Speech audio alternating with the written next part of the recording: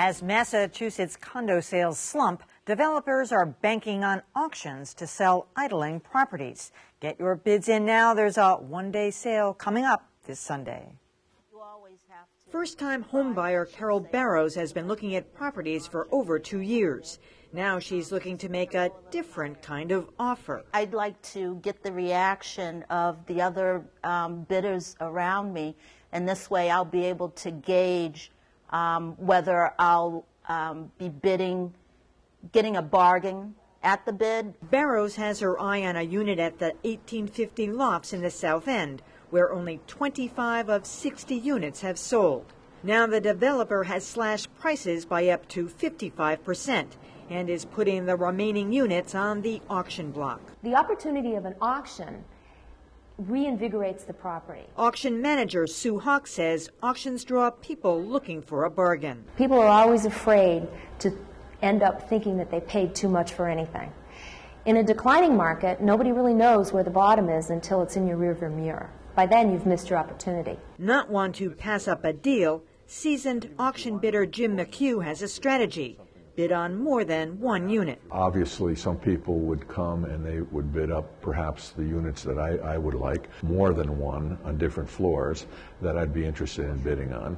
And from that standpoint, I think that we would probably be able to be successful. But even if buyers miss out on this auction, Hawk says this is likely only the beginning. I think you're going to see more of this in the fall. Going once, going twice. All right, and with me now are Tony Longo of CondoDomain.com and realtor Cheryl Contney. Welcome to both of you. Thanks for having us. Tony, first of all, how does this work? I mean, this one is at the 1850 Lofts this Sunday in the South End. Can anybody just show up and start bidding? Do you have to have your bids in before? How does it work? They do. They have like a pre-marketing window right now that anybody can come and show up to the sales center. They have pre-scheduled hours during the weekdays and the weekends. And you have to go and register and tour the property, see the units, talk to their salespeople to qualify to come to the auction on auction day.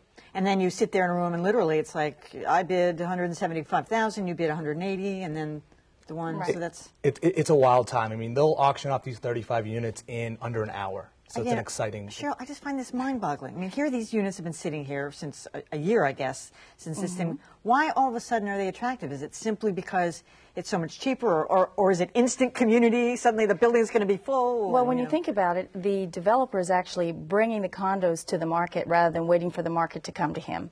What he's trying to do is really, like was in the segment, building some buzz about the properties, but also instead of carrying all these units for months and months and months and hoping that they're going to sell, he's really trying to cut his losses and give people a great opportunity to get in to buy a new condo. I'm thinking, if I'm one of the owners already there, the 60 units, and I'm one of the people who paid full price, one of the 25 families, I'm thinking, wait a second. Suddenly it changes the whole dynamic of the building, I mean, frankly, who's going to move in and all that kind of thing. I mean, do they have any recourse at all? They don't. It's tough, and we've represented a couple buyers that have bought retail, if you will. The pre-marketing stuff that Sue Hawks' company does, which is fantastic, and those minimum bid prices, they don't nearly sell anywhere near that price. They go much higher. They go much higher. For example, the Longwood Towers auction, which just happened less than a few months ago, they sold, for the most part, within 15 to 20% of their original asking price. Yes. Really? So is it really that much of a deal? It's a slight deal. It's a good way to get in. Many of the times, I know on this property at 1850, the financing is all set up. They're allowing you to get in right on the spot, 10% down. So it really is going to speed up the sales cycle for the developer and for the buyer. Do you both agree that we're going to see more of this in the fall? Are there that many,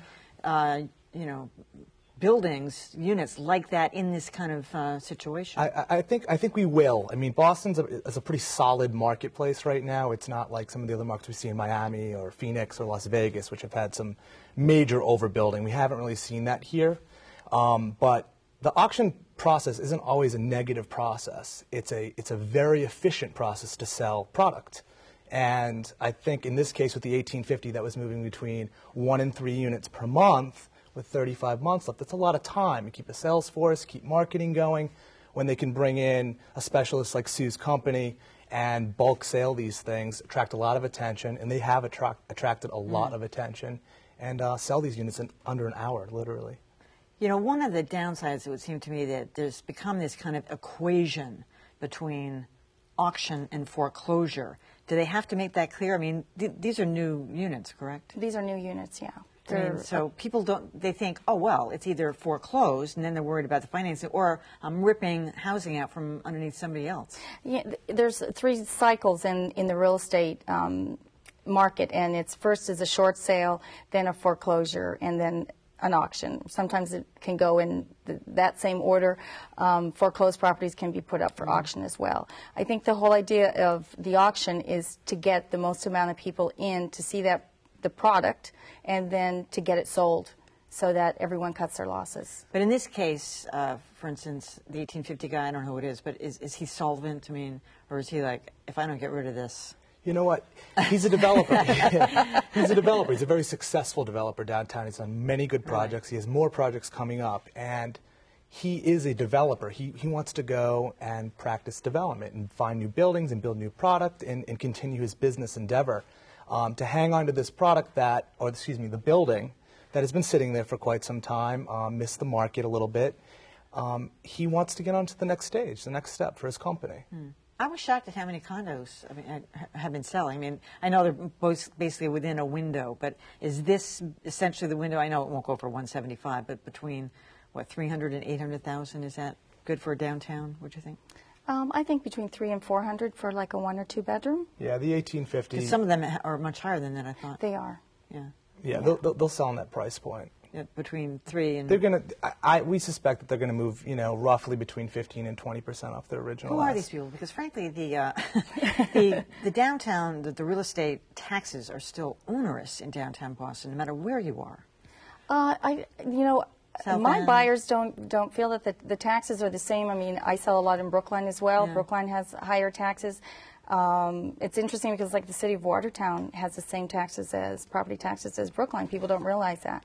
So the property taxes are people just want to be close to the city and close where they work, and they want the urban environment. I think the downtown market and the condo market has been very strong, have seen very strong dips like we see in other parts of the country. We're very lucky to be living in a place where real estate is actually doing well. And it seems that there's still a lot of new building going on. Is that correct? There is. There's some product coming on the line in the next 12 to 18 months. North End, North End. Actually, most of the stuff is downtown, Midtown area. Some nice new towers Financial coming district? up. Yes. And people are still looking, are these full-service buildings, so to speak? They are. That's the growing trend because now living downtown is not just the younger buyers or the single buyers. We're getting a lot of empty nesters coming in from out of town. They're downsizing out of their homes out of Weston and Wellesley and Newton, coming in and buying a full-service condominium downtown. Has anybody ever tried doing auction from the get-go? Like, you build like one Charles, you say, all right, we're going to have an auction. It has been done, yeah, and it's been done not just on big condo buildings, but it's been done on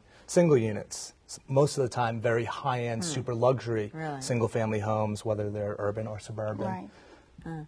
And so you agree that this is going to happen more in the fall?